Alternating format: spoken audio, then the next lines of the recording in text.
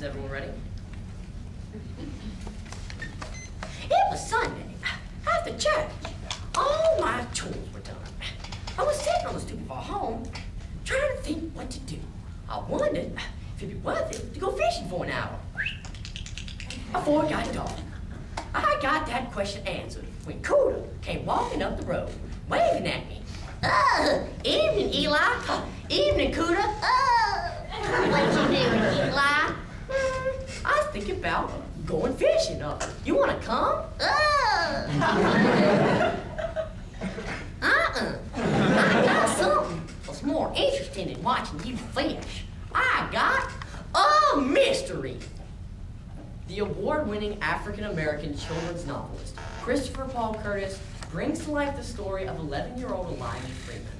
Elijah is the first child born free in a settlement of escaped slaves. Come along with me now and experience this humorous account of young Elijah's naivety in Elijah of Buxton. Ooh! What's the mystery? I seen some tracks I ain't never seen before. What kind of tracks? Were they big? Legs long and wiggity. I followed them, but they disappeared in the grass. Ooh, Coda's pretty good at tracking, so maybe this was a mystery after all. Let's go. We got to Coda's home, opened the gate, and went around back. Coda was right there, amongst the rows of his mom's corn, beets, and green peas were some of the strangest markings I'd ever seen.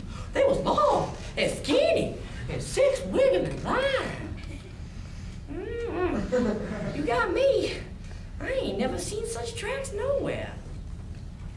Let's ask Paul. But before we had a chance, the preacher came a-walking down the road.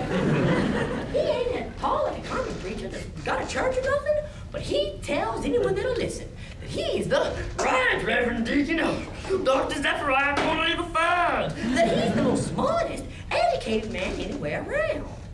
Instead of saying all those names, me and Cooter just call him the preacher. Evening, boys. Evening, son. Welcome today. Why aren't you two off swimming? We're trying to solve us a mystery, son. Really? What would that be? It's some kind of animal tracks we ain't never seen before, son. Where are they? The preacher opened the gate. Walked in. Squatted down and peered at the tracks, just as sharp as I do. He looked at them so close that his eyes started to go crossed. I quit breathing, and my blood ran cold.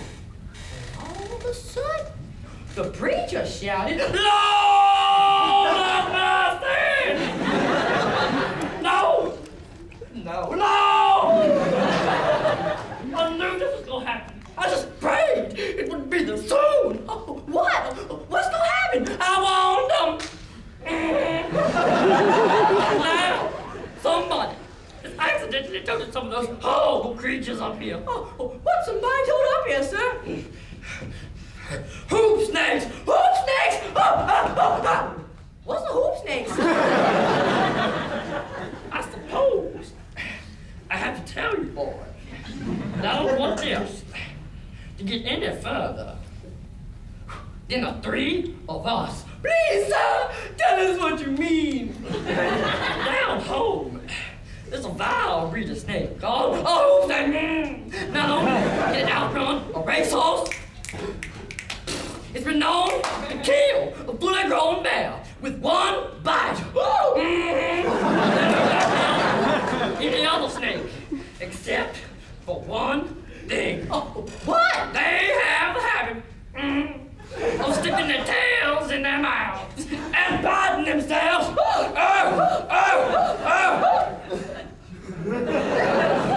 That don't make no sense. That don't make no sense at all. If what the preacher was saying was true, these snakes sure ain't too sharp-minded. How they gonna bite you if they's clamping down their own tails. Question, Elijah. If they don't hold their tails when they're ready to bite, they hold it. When they're ready, they chase after you. What? Listen. What?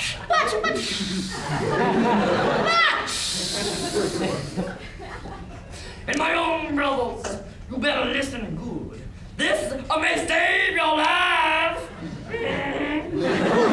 Once they've bitten the tails, they form the shape of a power hoop and commence rolling after whatever they decided to kill. The hairs on the back of my neck started jumping after they catch you and bite you.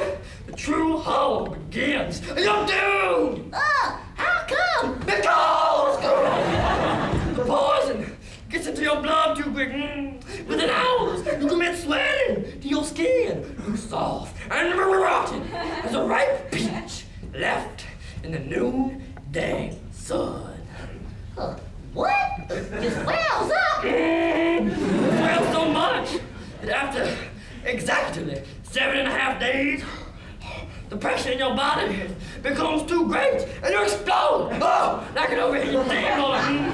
In seconds, your stomach and lungs and other entrails is spun around you for miles and miles. Or worse, the swelling affects everything but your head. So you're forced to watch the whole tragedy unwinding right in front of your eyes.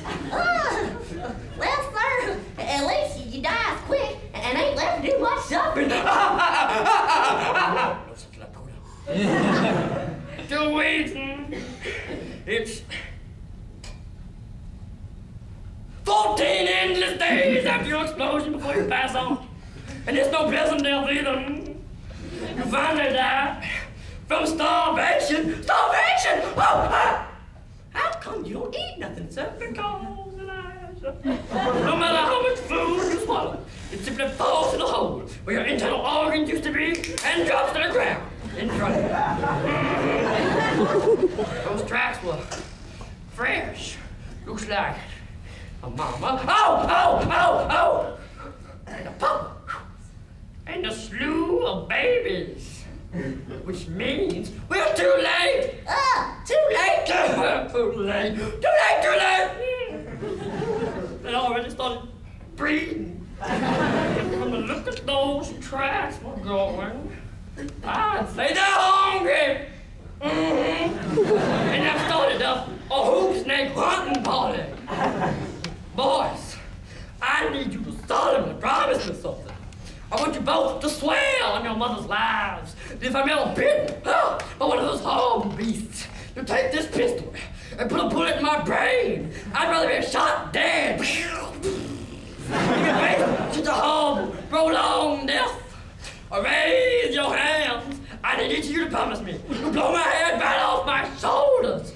I looked back, and Cody went back to promise nothing. He already went into his house and slammed and locked the door. Before I knew what was happening, I was through Cody's gate and in the middle of a good long hard run home. I had sense enough not to take no shortcuts, but stuck to the road so that I could at least see the old snake hunting party if I ran up on it.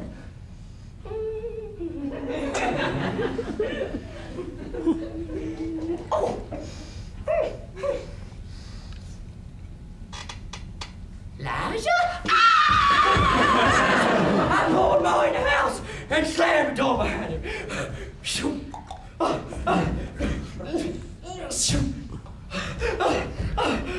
Elijah! Sweetheart! You're scared to death! What's wrong, baby?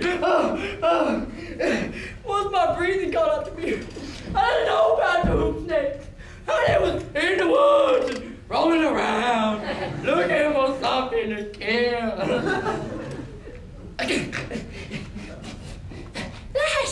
Elijah, how many times I got to tell you, you got to try hard to understand if what folks is telling you make any kind of sense. But more, Elijah, a coward died 1,000 deaths.